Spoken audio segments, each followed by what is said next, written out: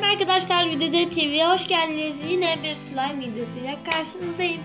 Bugünkü yapacağımız slime kapital şampuan ve tuzlu olacak. İsterseniz hemen başlayalım. Önce kapital şampuanımızı şöyle döküyoruz. Katı bir şampuan gördüğünüz gibi. Ve çırpmaya başlıyoruz. Şu şekilde çırpacağız. Çırpıyoruz.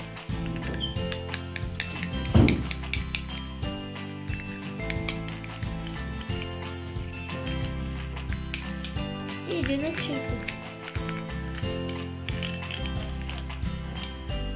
Bu kadar yeterli.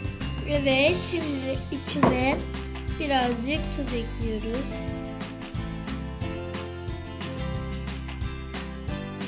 Evet, ekledim.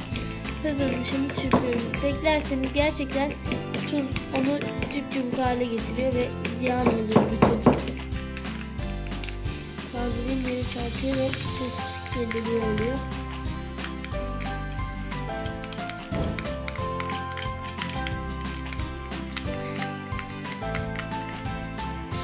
Gördüğünüz gibi katılaşmaya başladı.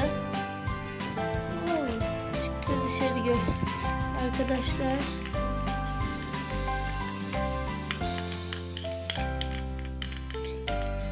Artık kapkatı bir halde.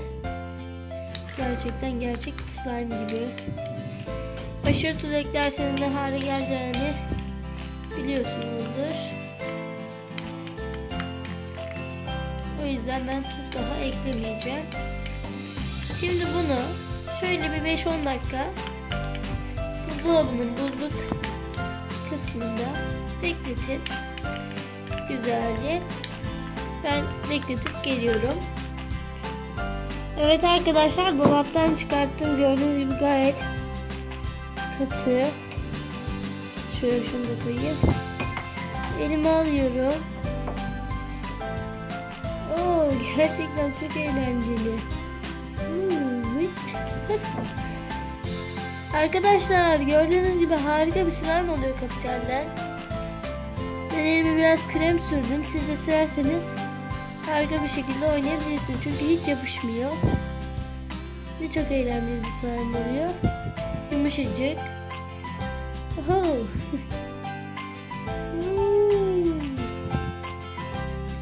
Siz de yapın. Harika bir slime oluyor.